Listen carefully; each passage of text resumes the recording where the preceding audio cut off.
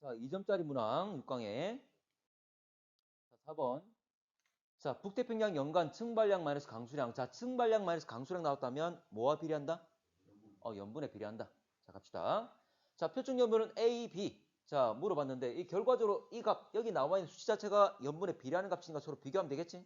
자, 그러면 A와 B를 비교했을 때 A 같은 경우에 어디와 어디 사이죠? 60과 80 사이가 될 거고. 자, 근데 B 같은 경우에는 마이너스 60, 마이너스 40.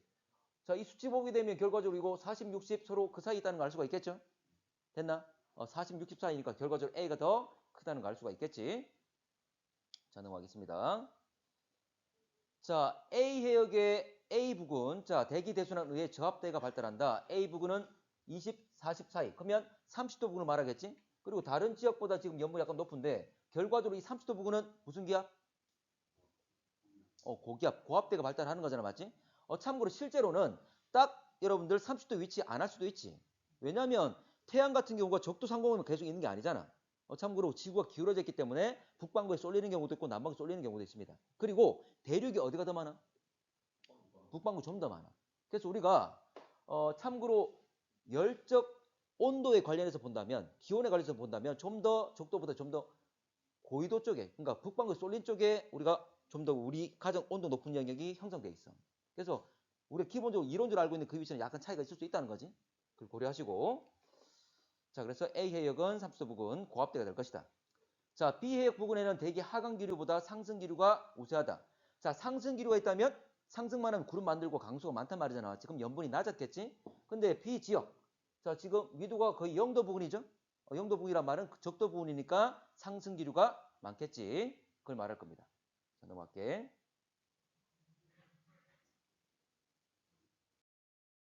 자, 7번.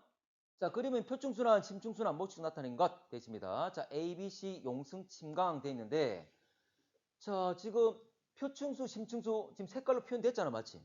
그러면 표충수에서 심층수로 바뀐단 말은 침강한단 말이고 심층수에서 표충수로 된단 말은 올라왔다 그 말이 되겠지? 그리고 이렇게 색깔이 안 나와 있더라도 여러분들은 기억해야 된다 그랬습니다. 자, 대서양에서 고위도 부근, 북반구든 남반구든 침강하는 곳, 그리고 북태평양, 그리고 인도양 상승한다 그랬죠? 지식적으로도 알고 있어야 돼. 자, 갑시다. 자, 그래서 용승 일어나는 곳, 침강 일어나는 곳 이야기했습니다. 자, 갈게. 자, A에서는 수온이 낮아 해수에 침강이 일어난다. A. 여기 침강 아니죠? 용승이라고 그랬지? 지금 색깔 변화만 보더라도 올라온다는 걸 알 수가 있고. 자, B와 C에서 침강한 해수는 심층해수 산소 공급. 자, 결과적으로 원래 표층의 산소가 풍부하지? 그래서 우리 지난번에 심층순환의 역할 자체가 그거였습니다. 가장 큰 역할은 에너지 수송이지만 현재 표층에 있는 풍부한 산소를 가지고 심층에 들어가기 때문에 심해층에 산소를 공급해준다 그랬다. 심층순환이 약해지면 표층순환 강해진다. 자, 두 개는 서로 다 연결되어 있기 때문에 하나가 약해지면 다 약해진다 그 말이지. 자, 하나의 벨트입니다. 그래서 강해진다가 아니라 약해진다.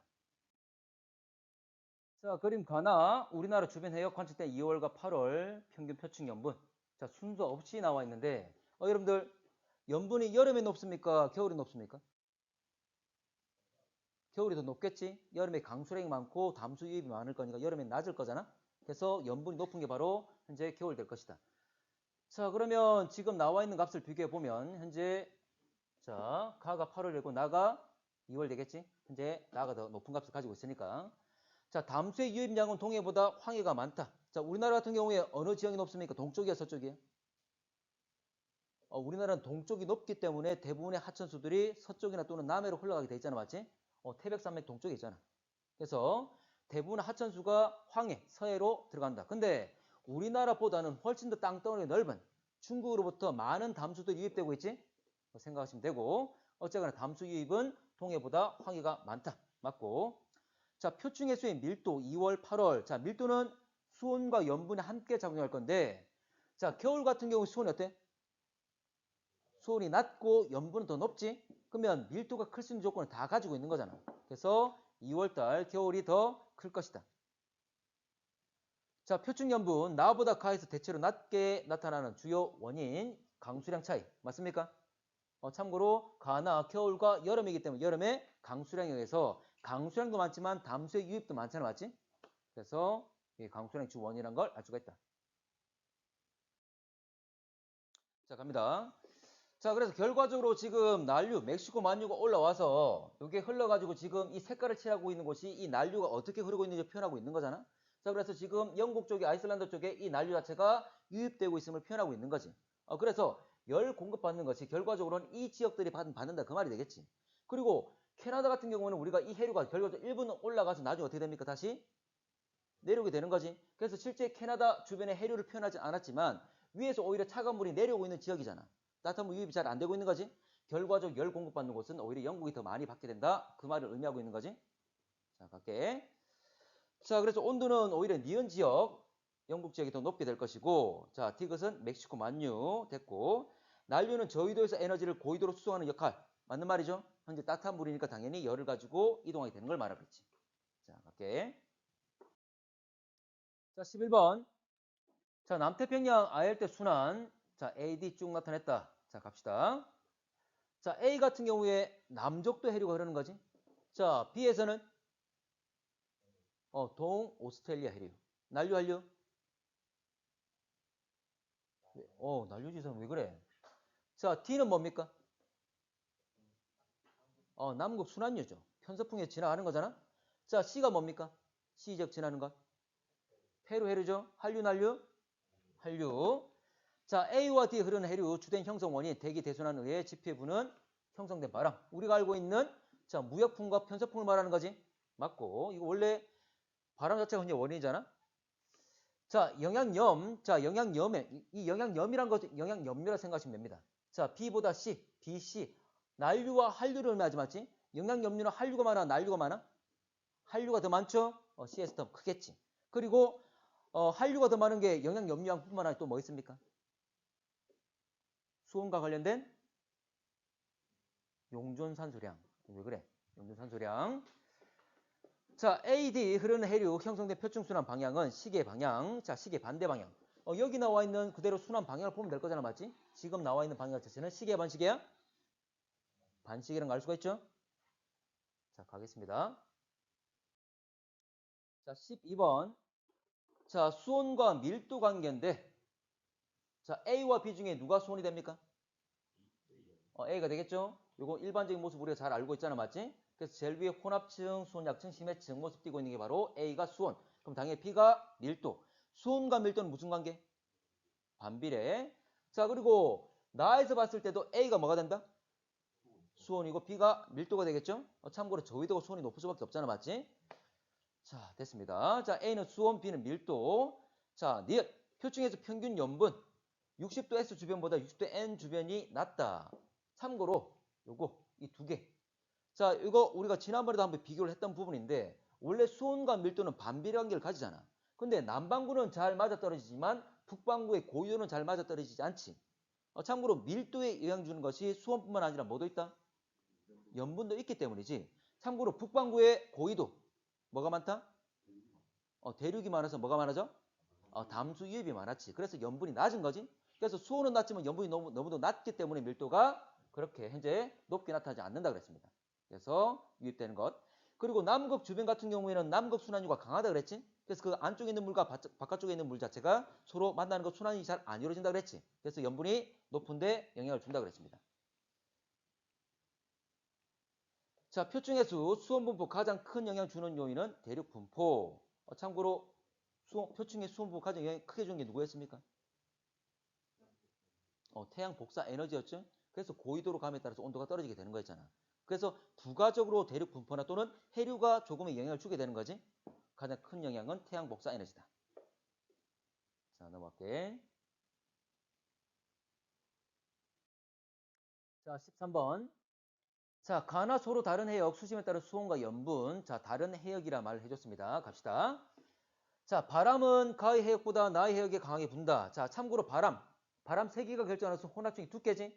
그럼 0m부터 시작해서 혼합층은 수온이 0m부터 수온이 일정한 층을 말하는 거지. 자, 근데 가 같은 경우에 0에서 50m까지 수온이 쭉 내려갔잖아, 맞지? 근데 나 같은 경우에는 0에서 50m까지 세로로 변화가 없을 거니까 0에서 50m까지 적어도 혼합층을 이루고 있다는 걸 알 수가 있겠지. 그러면 혼합층이 더 두꺼운 나가 바람 세기가 더 세다는 걸 알 수가 있다. 자, 표층 해수 밀도. 자, 표층 해수의 밀도라고 그랬습니다. 자, 해수의 밀도는 누가? 수온과 염분. 그러면 0m가 있는 곳에 수온과 염분을 비교하면 될 건데, 참고로 수온은 누가 더 높습니까? 비슷합니까? 자, 염분은